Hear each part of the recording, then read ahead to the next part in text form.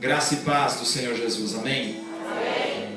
Que alegria retornar a esse lugar, depois de uns 4 anos, ver que a igreja está tão linda, tão cheia de vida, tão cheia de Jesus, irmãos que da outra vez eu encontrei, reencontro aqui, que bênção, né? Alguns rostos são familiares, outros novos chegaram. Hoje nós tivemos um dia maravilhoso, em uma chácara ministrando para casais. Nós estivemos ministrando de manhã e à tarde e agora à noite para toda a amada igreja, amém? Meu nome é Valdir, para quem não me conhece, sou pastor da comunidade Carisma, em Fazenda Rio Grande, né? Curitiba fica na região metropolitana, né, de Fazenda Rio Grande, né? A cidade principal, não, brincadeira, glória a Deus. Uma cidade que Deus colocou em nosso coração e nos deu essa tarefa de estar ministrando, né, naquele lugar. Me acompanha minha esposa Damares, dá um sinalzinho, minha princesa Ana Luísa e também a Esther, que já foi arrebatada, né? Está tendo visões e o manto desceu ali, aleluia. Amados, eu quero lhe convidar a abrir sua Bíblia no Evangelho de Mateus, capítulo de número 27, amém? Mateus 27, louvo a Deus também pela vida do pastor André, pastora Silmara. Obrigado por nos acolher com tanto carinho. A gente é tratado que nem um príncipe naquele lugar. É um pedacinho do céu dentro daquele ambiente. Glória a Deus, né? As filhas, o filho André também, daqui a uns dias também vai estar, né, com mais uma vitória ou glória. Que bênção, que bênção. Da outra vez que eu vim para cá, alguns que eram jovens hoje estão casados, continuam jovens, né? Mas casados. E alguns que eram crianças são os jovens que estão sentados aqui. Que bênção. Glória a Deus. Mateus 27, versos 17, diz assim: Estando, pois, o povo reunido, perguntou-lhes Pilatos: A quem quereis que eu vos solte? Barrabás ou a Jesus, chamado Cristo? Porque sabia que por inveja o tinham entregado. E estando ele no tribunal, sua mulher mandou dizer-lhe: Não te envolvas com este justo, porque hoje em sonho muito sofri a seu respeito. Mas os principais sacerdotes e os anciãos persuadiram o povo a que pedisse Barrabás e fizesse morrer Jesus. De novo perguntou-lhes o governador: Qual dos dois quereis que eu vos solte? E responderam eles: Barrabás. Replicou-lhes Pilatos: Que farei então de Jesus, chamado o Cristo? Fecha os teus olhos, vamos orar. Espírito Santo de Deus, tu és o convidado principal para esta festa que preparamos para ti. E nós te entronizamos, te adoramos neste lugar e pedimos que a revelação do céu seja trazida aos nossos corações, que sejamos ministrados pela sua presença gloriosa, que cada vida que aqui está seja tocada de uma forma especial por ti, que possamos compreender com clareza a profundidade da sua palavra, Deus, e que ela nos transforme, que ela mude a nossa vida, que ela mude a nossa maneira de nos relacionar contigo e sejamos cada dia mais apaixonados pelo Senhor. Em nome de Jesus oramos. Amém e amém. Mensagem dessa noite tem por tema: O que farei de Jesus, chamado o Cristo? Essa é uma pergunta que todo ser humano da face da terra terá que responder um dia. O que eu farei de Jesus, chamado o Cristo? Pilatos fez essa pergunta, mas ele mesmo teve que dar uma resposta para ela. E todo ser humano comparecerá um dia perante o juiz e rei de todo o universo e terá que dar uma resposta a essa pergunta. Você que pode, tem a Bíblia, deixe aberto em João capítulo 18, porque a partir desse texto nós queremos mergulhar nesse momento histórico que mudou a história da humanidade, momento da morte, momento da crucifixão de Jesus e da ressurreição dele dentre os mortos. Isso mudou a história da humanidade, mas tudo começou com um lava-jato daquele tempo. Todo mundo está acompanhando aí o julgamento, o juiz Sérgio Moro em evidência, está lá do ladinho de nós, a gente está dando as coordenadas para ele, dando umas dicas do que ele deve fazer. Não, na verdade estamos orando para que Deus continue usando e também guardando, porque muitos inimigos ele fez através dessa operação Lava Jato. Mas nós temos nesse evento em que Jesus foi julgado, o maior julgamento da história da humanidade, o julgamento do Filho de Deus, julgado pelo maior juiz da sua época, porque aqui o governante Pilatos representava Roma, e Roma era o império que reinava sobre a maior extensão de terra conhecida daquela época. Das terras civilizadas, muitos povos eram governados por Roma. E Pilatos, representando esse império, está assentado no tribunal, e diante dele o réu, acusado de sedição do povo, acusado de blasfemar contra as leis do judaísmo, acusado de se insurgir contra o Império Romano, se autoproclamando rei, e portanto se fazendo inimigo de César, que era o imperador e que só ele poderia ser rei. Diante de Pilatos, Jesus vai ter as provas contra ele analisadas. E no Evangelho de João, capítulo 18, acompanhe só a leitura e vamos passo a passo entender como isso tudo aconteceu. João 18:33 diz assim: tornou Pilatos a entrar no pretório, chamou Jesus e lhe perguntou: és tu rei dos judeus?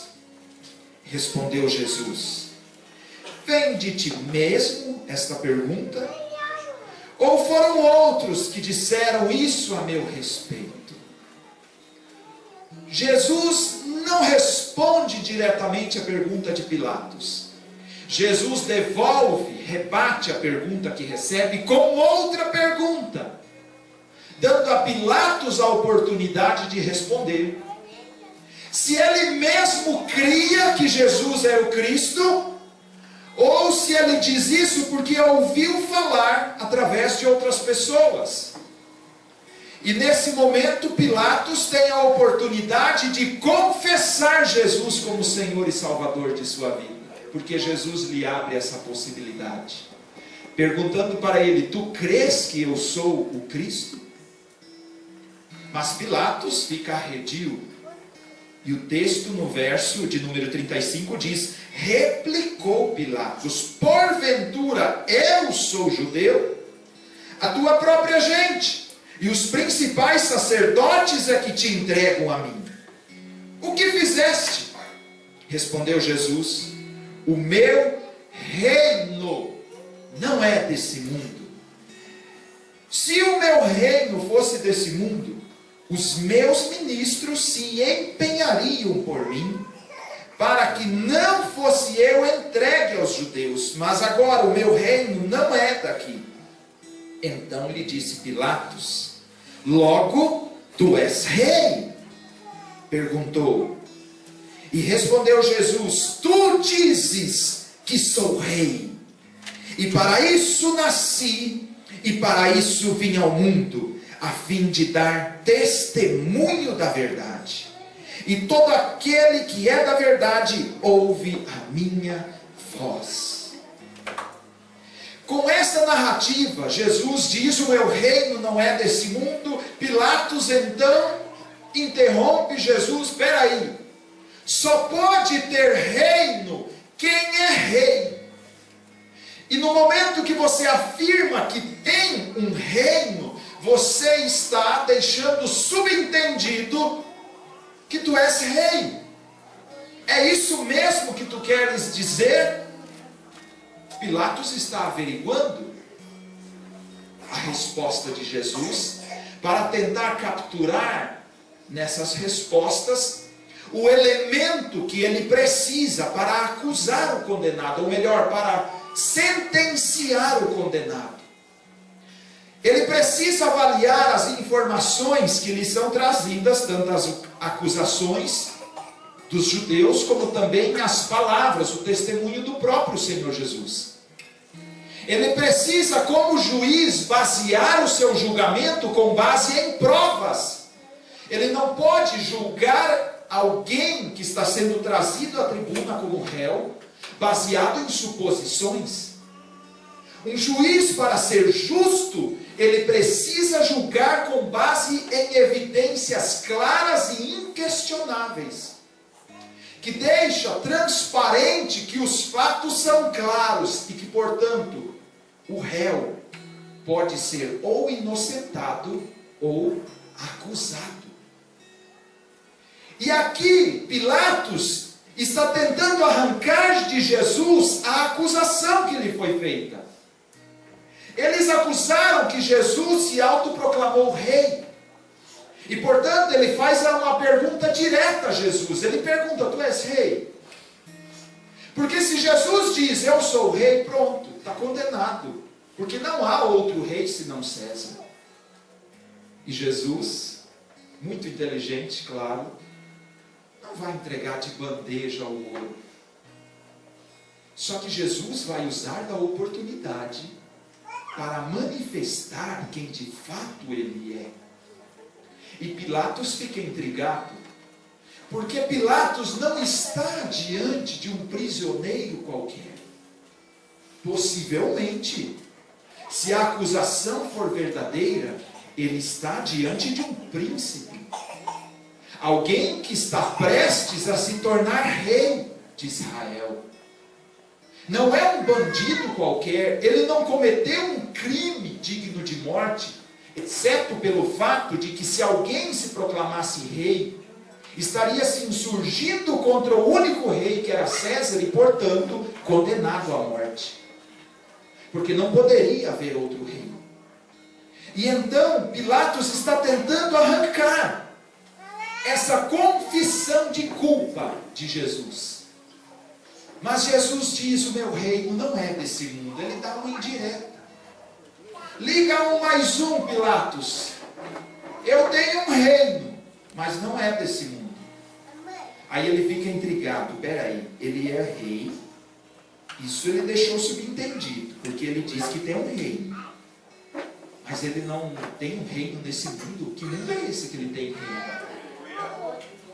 É um alienígena? Estou diante de um ET? Que maluquice é essa? Eu tenho um reino, mas meu reino não é desse mundo. Eu vou checar direito essa história. Agora eu fiquei curioso. Espera aí, Jesus, me explica direito isso.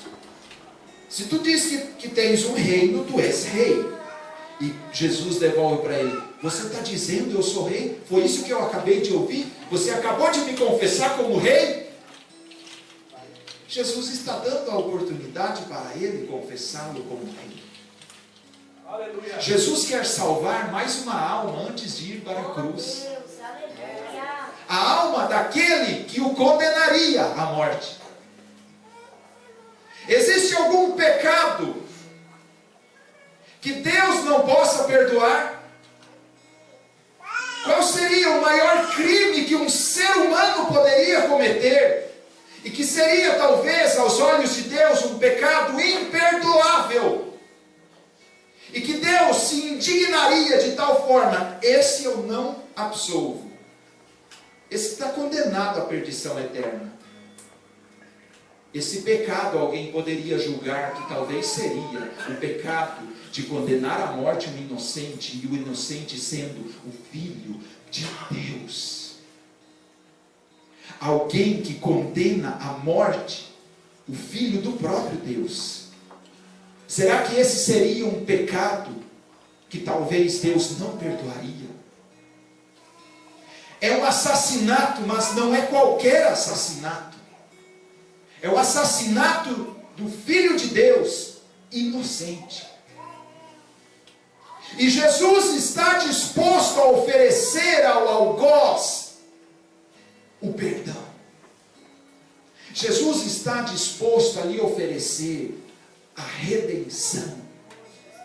Se ele teve a oportunidade de reconhecer Cristo como Senhor da sua vida, para que o seu pecado não o condenasse à morte eterna, para que ele também fosse absolvido na eternidade, quando comparecesse diante de Deus, se ele teve a oportunidade, porque você acha que o seu pecado é maior do que esse, e Deus não lhe perdoaria. Quais foram os crimes que você cometeu? Quais foram os pecados imundos que você cometeu? Aleluia! E que você acha que não é digno do perdão de Deus? Pois saiba que aquele que condenou Jesus à morte, Jesus lhe estendeu a mão. Apenas me confesse como Senhor da sua vida, e eu lhe estendo a salvação. Jesus está induzindo Pilatos a confessá-lo como rei. É tu mesmo? Tu acabou de dizer que eu sou rei? De novo ele repete isso. No versículo de número 37, Pilatos responde: logo tu és rei. Jesus já emenda direto: tu dizes que sou rei. Você acabou de dizer isso agora, Pilatos. Era o que eu precisava ouvir. Não, peraí. Houve um mal entendido.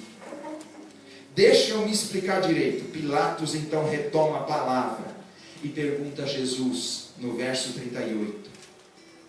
O que é a verdade? O que no fundo Pilatos queria era entender. Pilatos queria uma explicação. Pilatos queria conhecer a verdade. A maior busca do ser humano é entender por que está na terra. É entender a verdade dos fatos pelo qual ele veio ao mundo. E qual o sentido da vida. Porque eu faço as coisas que eu faço e ocupo a posição que hoje ocupo. Porque Deus me colocou nos lugares onde Ele me colocou. Por que eu nasci dessa família e não daquela? E cada ser humano tem uma missão. Cada ser humano nasceu com um propósito divino. E a Bíblia diz que Pilatos está buscando esta verdade. E de repente ele se depara com a possibilidade de entender esta verdade. Porque Jesus diz no verso anterior: para isso eu nasci. Eu nasci para ser rei. Você acabou de dizer, Pilatos, que eu sou rei. Mas é exatamente este o ponto-chave. Eu nasci para isso. Você nasceu, Pilatos, para ser um governante. Eu nasci para ser rei. Para isso eu nasci, para isso eu vim ao mundo, Pilatos. E todo aquele que crê nisso encontra a verdade, Pilatos. E Pilatos pergunta: mas qual verdade? Me mostra esta verdade. Que verdade é esta? E tendo dito isso, voltou aos judeus e lhes disse: eu não acho nele crime nenhum. Aleluia. O maior juiz da face da terra dá a sentença diante dos fatos, diante das acusações e das provas. Não há como condená-lo. Ele é inocente. O juiz, o maior juiz da face da terra, declara Jesus inocente.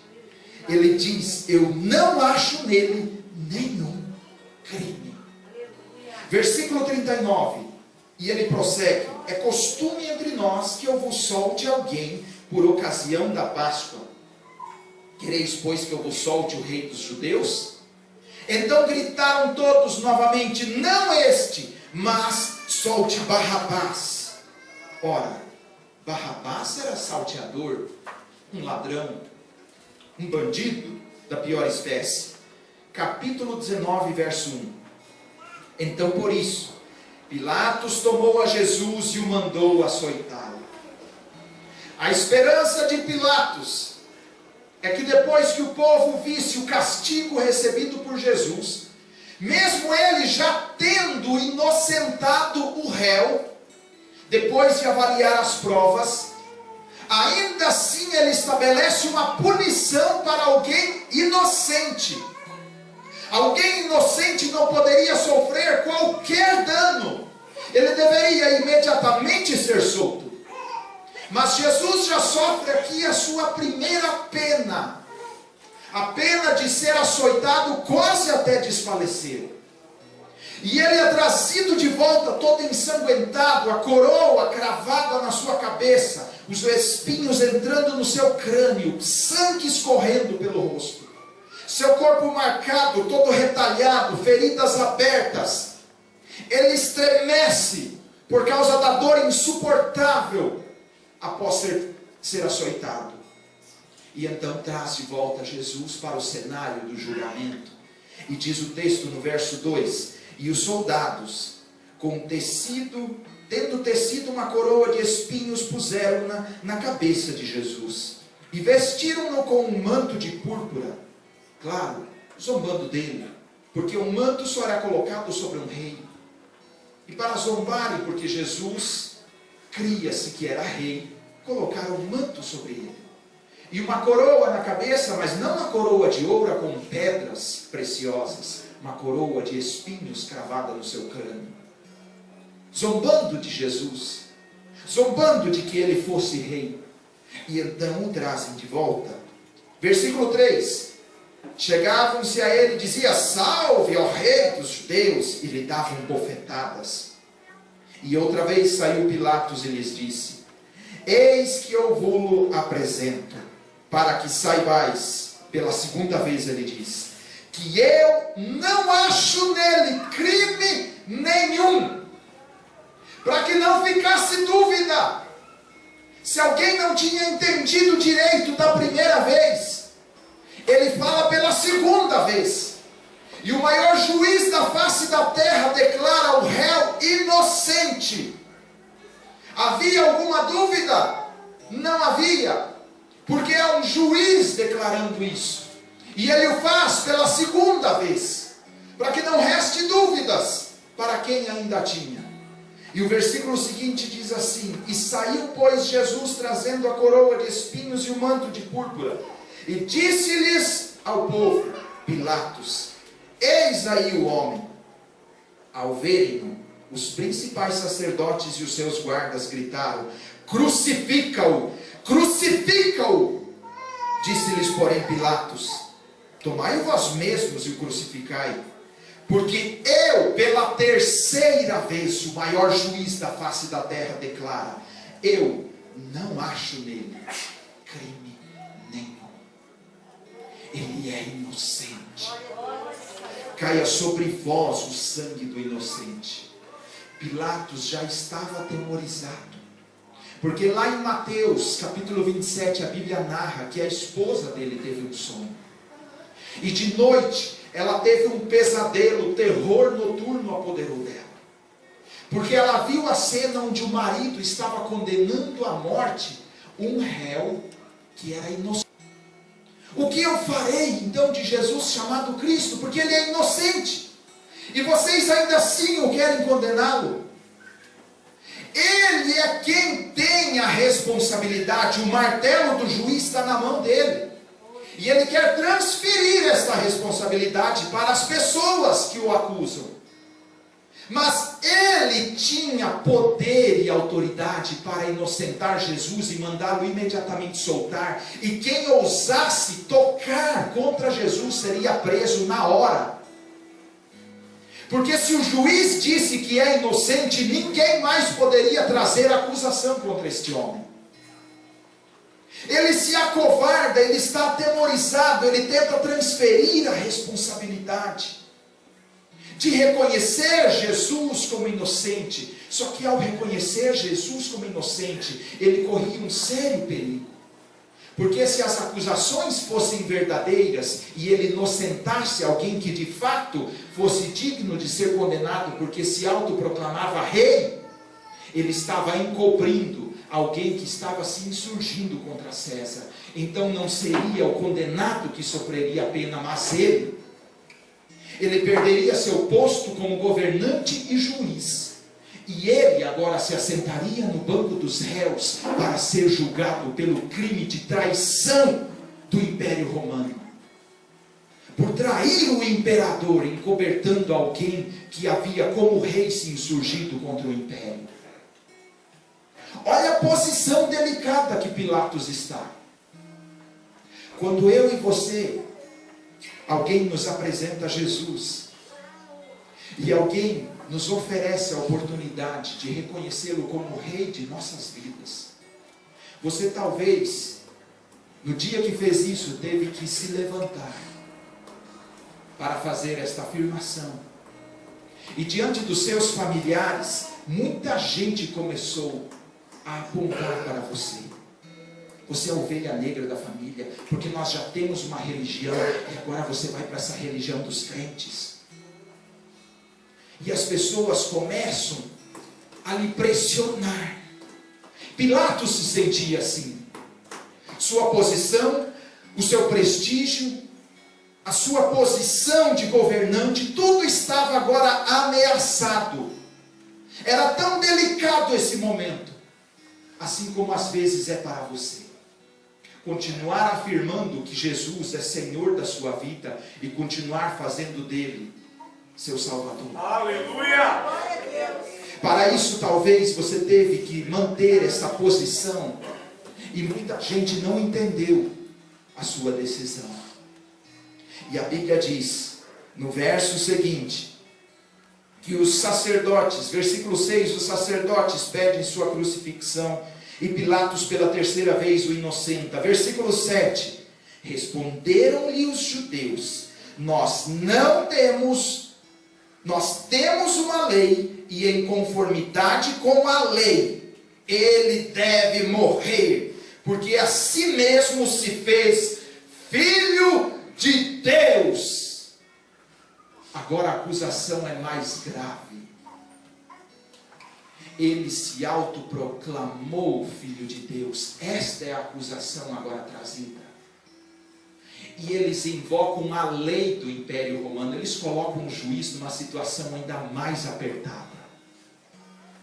Porque diante das provas, diante da acusação e diante da lei, o juiz não pode basear o seu julgamento na sua opinião pessoal ou sua preferência em querer inocentar ou condenar. Ele precisa julgar sobre provas e baseado em uma lei que o país obedece. E os judeus invocam essa lei. A lei romana diz que alguém acusado de tal crime deve ser condenado à morte. Eles citam a lei. Mas agora, além de fazer isso, eles dizem, além de rei, Jesus se declarou Filho de Deus. Agora sim é que Pilatos estremece. E ele reconhece que ele está diante de um ilustre prisioneiro. E talvez foi por isso que sua esposa teve o sonho que teve. Agora ele tem a confirmação do temor que já havia em seu coração. Jesus diz que ele tem um reino, e que o reino não é desse mundo. Vai ligando os pontos aí. A esposa tem um sonho de que ele é um santo enviado de Deus. E toda a multidão testemunha que ele se manifestou como Filho de Deus. 3 testemunhas, 3 provas ele tem de que ele está diante do Filho de Deus. Agora a sua posição é ainda mais delicada. E a Bíblia diz, no versículo 8, Pilatos, ouvindo tal declaração, ainda mais ficou atemorizado.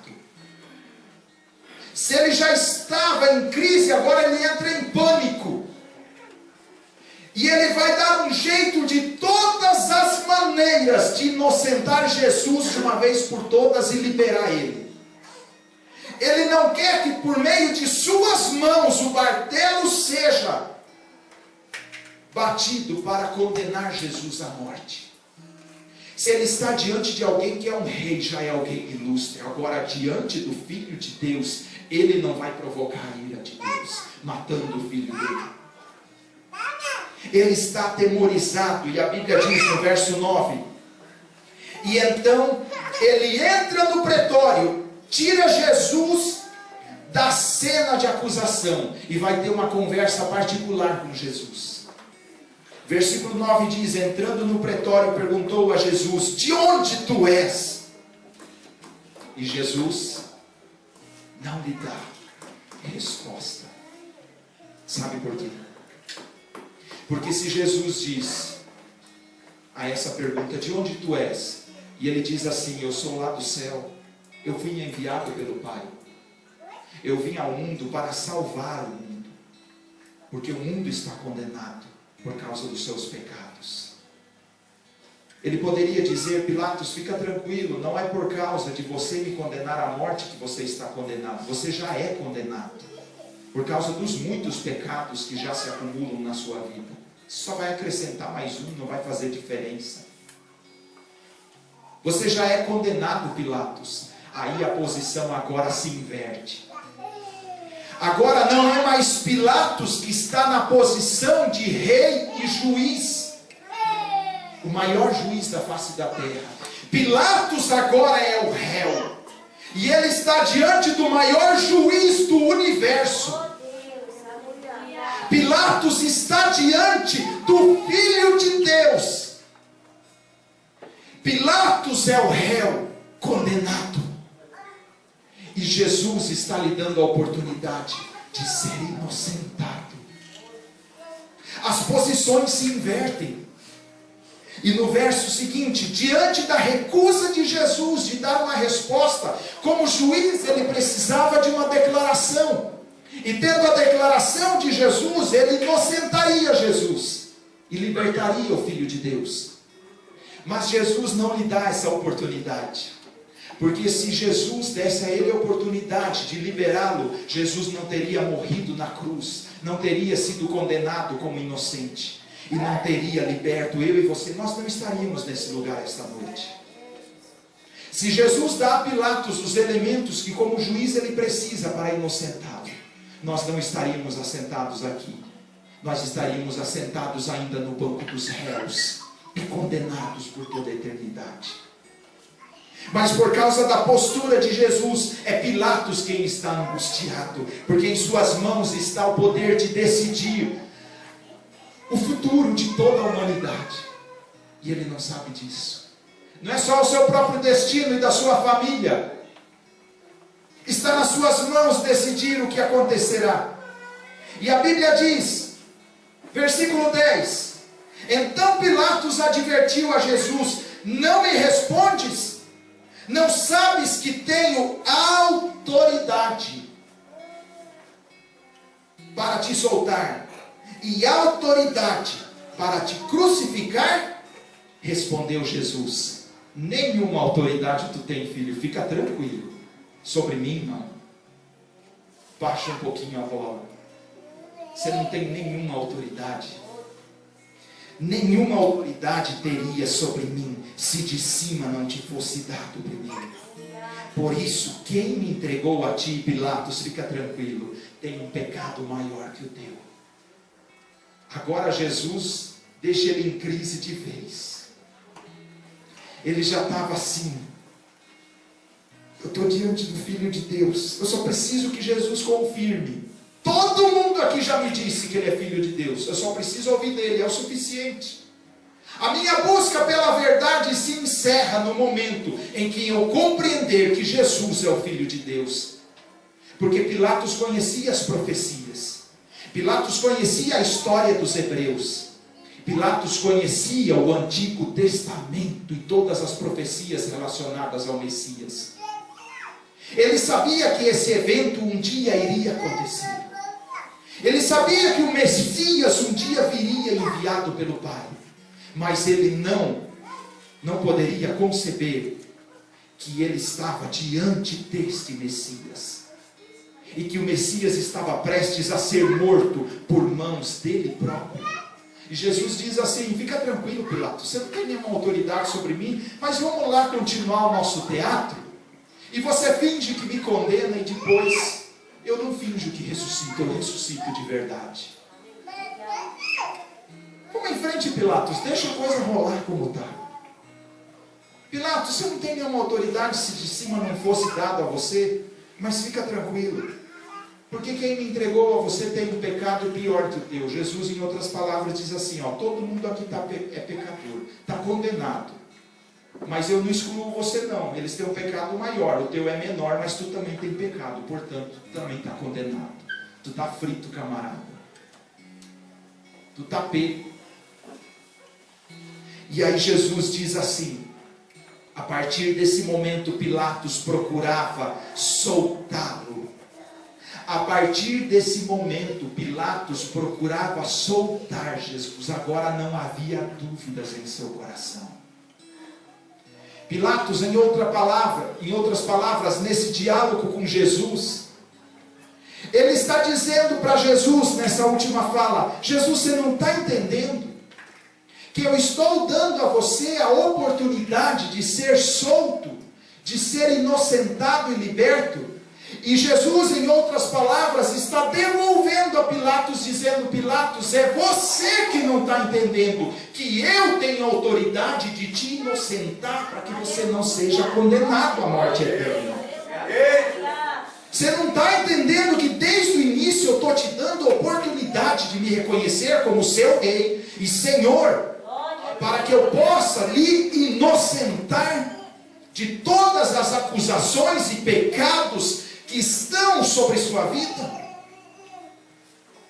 Pilatos então agora quase arranca os cabelos. Não sei se ele tinha ainda até essa altura, mas a Bíblia diz: de todas as maneiras ele consulta os manuais jurídicos, ele consulta as leis para ver se alguma coisa havia que dava a ele margem para legalmente soltar Jesus. Jesus fechou todas as portas, não deu para ele esse gostinho. Jesus simplesmente, ele não foi entregue à morte, ele mesmo se ofereceu. Ele mesmo se ofereceu para ir à cruz, porque ele teve a oportunidade de escapar, mas ele não permitiu que isso acontecesse, para que eu e você fôssemos inocentados pelo sangue dele vertido naquela cruz. E a Bíblia diz: a partir desse momento Pilatos procurava soltá-lo, mas os judeus clamavam: se soltas a este, tu não és amigo de César. Todo aquele que se faz rei é inimigo de César. Pilatos está em aperto, porque se ele solta Jesus, ele está se autoproclamando como insurgente contra Roma, como inimigo de Roma, assim como Jesus. Aí ele seria condenado também à morte pelos homens. E o verso seguinte, versículo diz, no verso 13: ouvindo Pilatos estas palavras, trouxe Jesus para fora e sentou-se no tribunal, no lugar chamado Pavimento, que em hebraico significa Gábata. E era a parasceve pascal, cerca da hora sexta, e disse aos judeus: eis aqui o vosso rei. Pilatos, governante e juiz romano, declara publicamente, ele faz uma confissão pública, ele se assenta no trono e ele apresenta quem era esse prisioneiro. Eu quero vos apresentar o vosso rei. Ele diz diante do povo: Ele é rei. Ele reconhece Jesus como rei. E ele faz isso de forma confessada, publicamente. E a Bíblia diz, no verso 15: eles, porém, clamavam: fora! Fora com este! Crucificai-o! Mas disse-lhes Pilatos: hei de crucificar o vosso rei. Pela segunda vez ele confessa que Jesus é rei. Se alguém não tinha entendido da primeira. E diz ainda: responderam-lhe os principais sacerdotes: não temos outro rei senão César. Então Pilatos o entregou para ser crucificado. De todas as maneiras imagináveis e imagináveis, tudo que era possível para um juiz fazer, ele vasculhou, mas não havia brechas legais que o permitissem inocentar Jesus. Não lhe restava outra alternativa. Ele usa ainda do seu prestígio, da sua posição de realeza, para tentar influenciar as massas, para que as massas clamassem: eis o nosso rei. Diante daquela afirmação por 2 vezes de um governante romano de que Jesus era rei, todo o povo imediatamente deveria se pôr de joelhos e dizer: salve o nosso rei. Pilatos faz um apelo para que todo mundo agora aceite Jesus. Pilatos não só o confessa por 2 vezes, mas faz um apelo público. Alguém mais aqui quer reconhecer Jesus como rei de sua vida? E ninguém o faz. Todos querem que ele seja crucificado. Os nossos pecados colocaram Jesus naquela cruz, querido. Não pense você que você não estava naquele dia no meio daquela multidão gritando: crucifica ele. Não pensa que porque você nasceu 2000 anos depois, você saiu ileso desse momento. Porque você também, querido, você também tem que dar uma resposta. O que eu farei de Jesus, chamado o Cristo? Você o reconhecerá como rei de sua vida? Ou você simplesmente tentará de todas as maneiras se livrar da responsabilidade de dar uma resposta a essa pergunta? Depois de Pilatos averiguar todos os fatos, ele chega à conclusão: ele é rei. E ele por 2 vezes diz: eis o rei.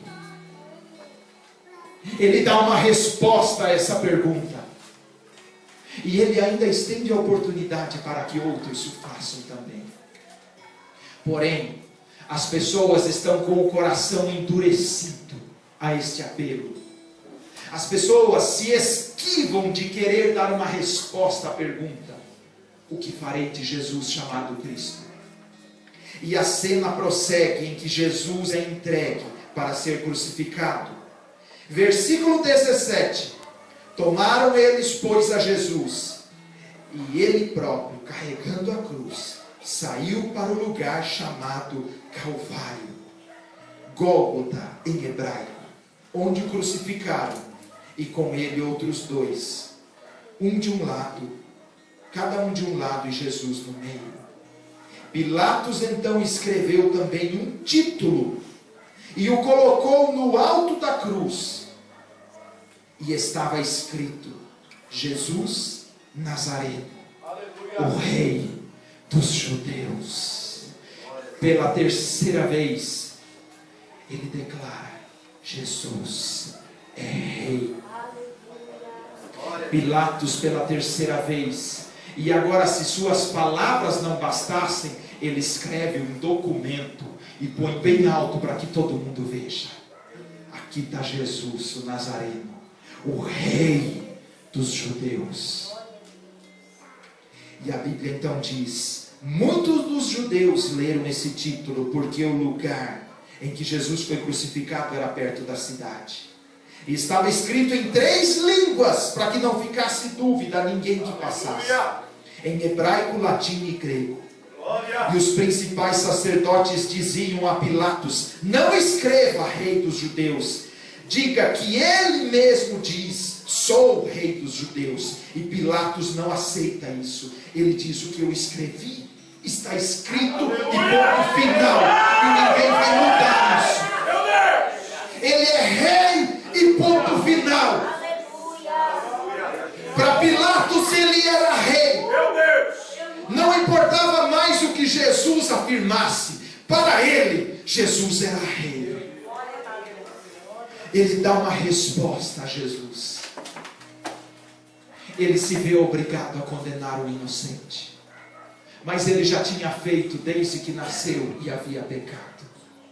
Eu e você colocamos Jesus naquela cruz, queridos, mas eu e você temos a oportunidade de servir a Cristo e reconhecê-lo como o Rei de nossas vidas. Temos, eu e você, a oportunidade, apesar dos muitos crimes, pecados, e não importa quais são, porque todos eles estão prestes a ser inocentados diante do maior juiz do universo, porque ele oferece a você a oportunidade simples, tão simples, de apenas dizer: Jesus, tu és o meu Rei e Senhor da minha vida. Porque se você faz isso, queridos, sua eternidade está selada. Jesus concretiza a sua missão de inocentar você e levar você para a eternidade no paraíso celeste. Ele oferece para mim e para você o perdão de todos os crimes, de todos os pecados, de todos. Não importa quão terríveis eles sejam. Não importa se você tem até vergonha de se lembrar dos pecados que cometeu ao longo da vida. Não importa. Jesus lhe oferece a oportunidade de ser inocentado de cada um desses pecados. Eu quero lhe convidar a se colocar de pé. Aleluia.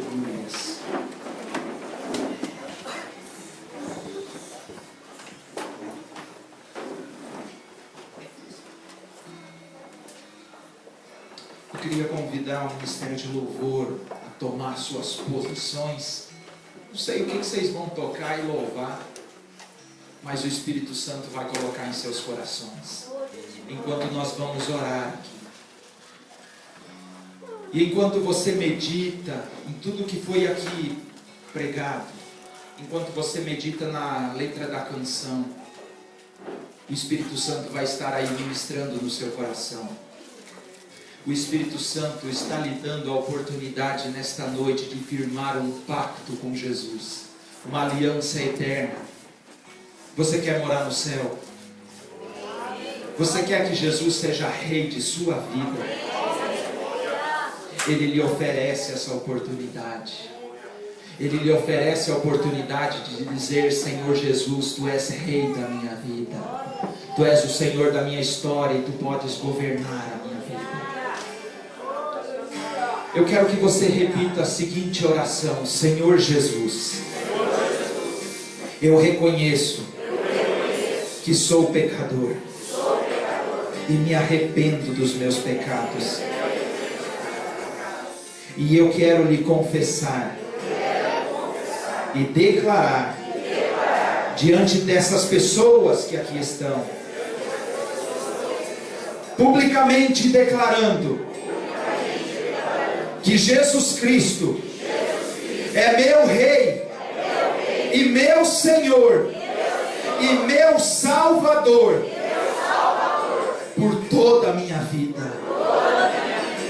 E eu lhe agradeço, Pai, pela oportunidade de ter os pecados perdoados, todos os pecados perdoados, para que eu possa morar nos céus de glória ao lado do Senhor Jesus. Oh, glórias!